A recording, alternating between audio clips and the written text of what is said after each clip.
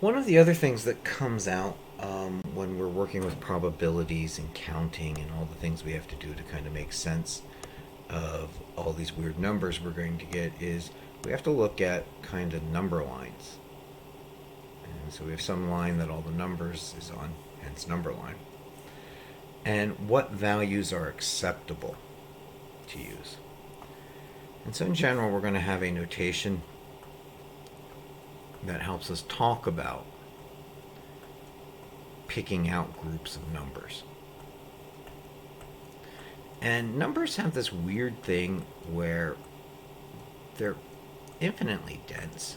And so in between any pair of these numbers, I can squeeze more and more numbers, right? In there somewhere is a 0.4987216, right? Somewhere in there. And next to that, I can squeeze a 0.314.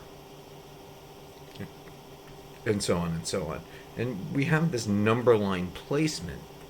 And so if I want to talk about some collection of numbers, I can talk about grabbing everything between certain numbers. But we have to think about what it means to be between, and let's, for example, use 1 and -1 here. I can be between 1 and -1, let me change colors, where I include 1 in my boundary. And so to do that, we're going to put a little square bracket. And I can include -1. So they get square brackets, and I color in the line here. And what we say is, if I have some variable x, x is less than or equal to 1, and x is greater than or equal to -1. Notice here I'm saying greater than because the big part is pointing towards x. The big part always points to the greater number.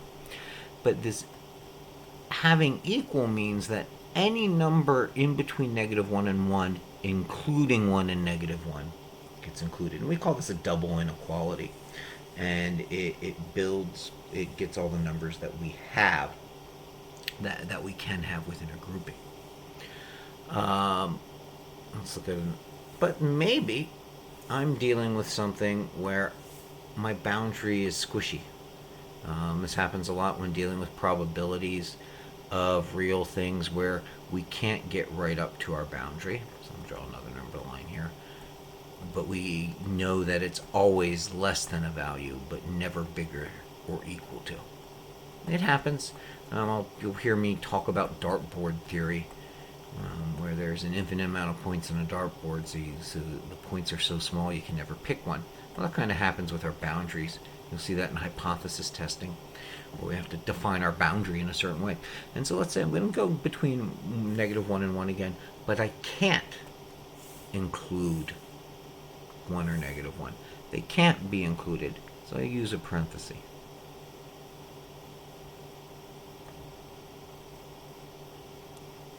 And I color everything in. And we say if my variable was x, that x was less than 1, greater than -1. And so we've grabbed everything in this boundary, and but not including the 1 or the -1.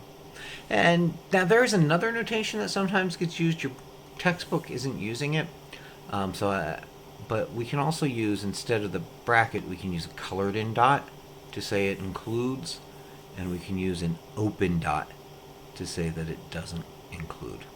I tend to do either, depending on really how my hand is feeling when I'm drawing. Right?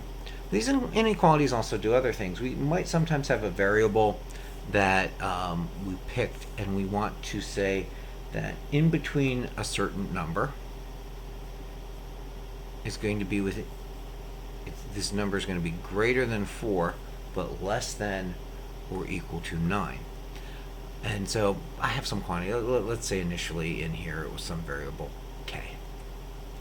But I come along and I do a new measure and I realize k has to shift by 5.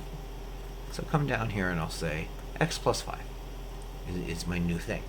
Well, that doesn't really tell me what the boundary is, so I have to do something with the plus 5. And we can think about it in our mind's eye somewhat. as being two separate inequalities. So I'm going to split this in two. I'm going to take this and I'm going to put 1/2 this way and 1/2 this way. And so I have 4 less than or equal to x plus 5, and I have x plus 5 less than or equal to 9. This is saying these two things exist at the same time. That's what this kind of jammed together notation does for us. But we can now work on this. Well, I want to get x on its own, so I want to subtract 5.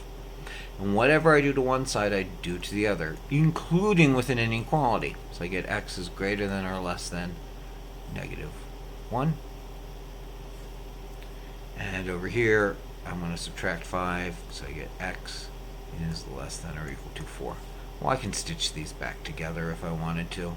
So I get -1 less than or equal to x less than or equal to 4. And there's my new boundary due to that shifting of 5 that came across there. Now, this is going to come up a lot, that we need to discuss the place of our boundaries. There is one special thing that comes up every now and again that we have to pay attention to, and it's what happens with divisions and multiplications in a very particular type. So if I have -3x, get my boundaries right here, -3x is greater than, let me get my number right here, -2.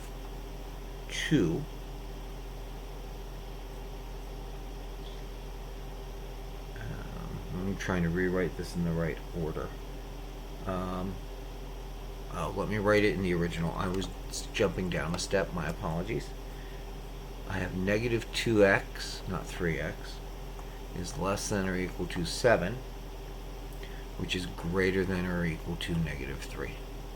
Notice I'm talking in relative to the x. I drew my 3 and divided over, and my next line wasn't right. But what I want to do is I want to divide that 2 out. But notice it has a negative sign in it. Now, I remember as in middle schoolish when we did these, we were told that the negative sign was like a hook. It gets stuck in the alligator mouth and turns it around. So when I divide by a -2, this sign's going to flip directions. When I divide this by a -2, this is going to flip directions. The negative sign will flip the directions of my inequalities. And so I get -3 divided by -2 and 7 divided by -2. And now I want to simplify this. And so what I'm going to do is a negative over a negative is positive, so that's 3/2 is greater than or equal to x, which is greater than or equal to -7/2. Well, to make this kind of look better, I put the smaller number to the left.